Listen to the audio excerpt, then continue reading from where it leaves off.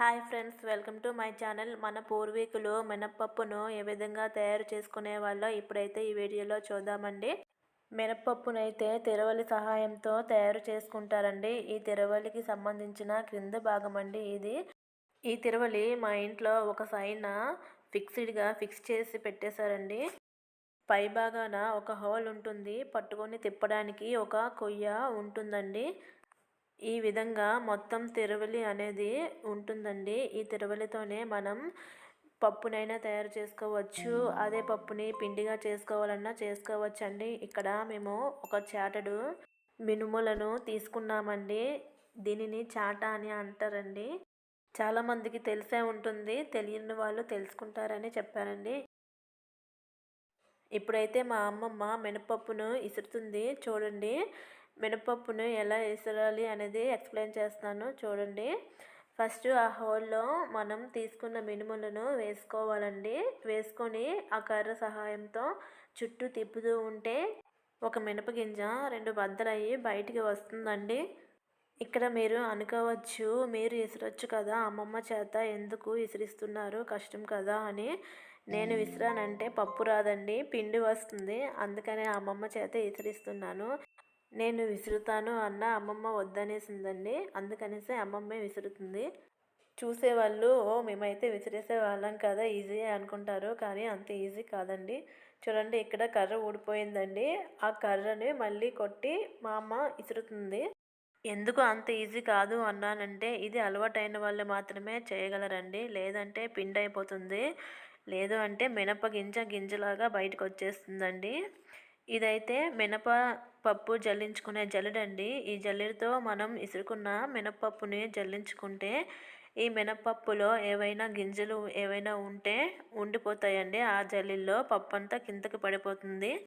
మినుములను కడిగి ఎండబెట్టి అప్పుడు విసురుకోవాలండి. సగం మినపప్పు అయితే విసరడం అయిందండి. జల్లించుకోవడానికి ఒక దగ్గర పెడుతున్నాను. ఈ తిరవలని కొత్తగా కొన్న వాళ్ళు ఎలా ఉపయోగించాలి అంటే, మొదట తిరవలిని అలవాటు చేయాలండి. మొదట పప్పులు ఇవన్నీ విసరకూడదు. ఫస్ట్ ఇసుకను విసురుకోవాలి. తర్వాత మెల్లమెల్లగా కొద్ది రోజులు ఇసుకను విసిరిన తర్వాత బియ్యాన్ని విసురుకోవాలండి.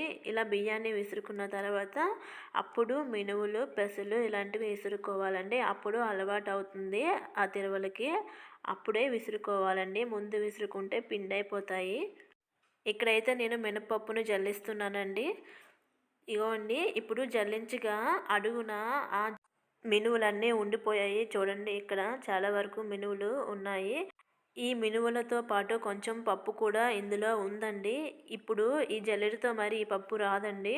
ఇంకా జల్లిస్తే మినువులు కూడా పడతాయి. అందుకనేసే అమ్మమ్మ చేటతోటి పప్పు సపరేట్గా, మినువులను సపరేట్గా చేస్తుందండి. చూడండి అమ్మమ్మ ఏ విధంగా పప్పును మినువులను సపరేట్ చేస్తుందో చూడండి. ఇక్కడ సపరేట్ చేసే వీడియోని నేను స్పీడ్ చేయట్లేదండి, అదేవిధంగా కట్ చేయను కూడా ఉండండి. ఎందుకంటే ఎవరికైనా రాని వాళ్ళకి చూసి నేర్చుకుంటారనే ఉద్దేశంతో నేను కట్ చేయడం లేదండి. చూడండి, చూసి ఎవరైనా నేర్చుకోవాలి అనుకుంటే నేర్చుకోండి. మా అమ్మమ్మ కోసం ఒక లైక్ చేసుకోండి. అదేవిధంగా ఇలాంటి మరెన్నో వీడియోస్ కోసం మన ఛానల్ను సబ్స్క్రైబ్ చేసుకోండి. ఇలాంటి మరెన్నో మంచి మంచి వీడియోస్ పోస్ట్ చేస్తూ ఉంటాను. పెసరపప్పు చేసుకోవడం, మినపప్పు తొక్క తీసుకోవడం, పెసరపప్పు తొక్క తీసుకోవడం, దంపుడు బియ్యం, ఈ విధంగా ఇలాంటి వీడియోస్ కావాలంటే ఎవరికైనా కామెంట్ చేయండి. ఇక్కడ చూడండి, అమ్మమ్మ పప్పు మొత్తం తీసేసిందండి. ఓన్లీ మినువులు మాత్రమే మిగిలాయి. జల్లించుకున్న పప్పు అయితే ఈ విధంగా ఉంటుందండి. ఇది జల్లించుకున్న మినప్పప్పు అండి. తర్వాత ఈ జల్లించుకున్న మినప్పప్పుని మనము చెరుగుకోవాలండి చేటతోటి. చేటతో చెరుక్కున్నాక అప్పుడు అసలైన మినప్పప్పు వస్తుందండి.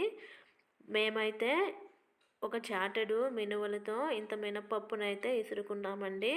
మొత్తం మినపప్పును ఇక్కడ చూపిస్తున్నాను చూడండి. చాలామంది అనుకోవచ్చండి, ఇంత కష్టపడ్డం ఎందుకు, డైరెక్ట్గా షాప్లో మినపగుళ్ళు ఉంటాయి కదా, కొనుక్కోవచ్చు కదా అని. అవునండి, దొరుకుతాయి. కానీ ఈ విధంగా చేసుకున్న మినపప్పుతోని చేసుకున్న ఏ రెసిపీ అయినా సరే చాలా టేస్టీగా ఉంటుందండి. కావాలంటే ఒకసారి అబ్జర్వ్ చేయండి. అంతేకాకుండా ఒకసారి గ్లాసుడు పప్పుకి ఎంత రుబ్బు వస్తుందో, గ్లాసుడు మినపగుళ్ళకి ఎంత రుబ్బు వస్తుందో ఒకసారి అబ్జర్వ్ చేయండి, మీకే అర్థమవుతుంది. ఇప్పుడైతే మనం ఇందాక జల్లించుకున్న మినపప్పుని ఇప్పుడు చేతితో చెరుక్కోవాలండి. ఇలా చెరుక్కున్నాక మిగిలిన ఈ వేస్ట్ను ఆవులకి వేసుకోవాలండి. మినపప్పు రెడీ అయిపోయినట్లేనండి. Thank you for watching.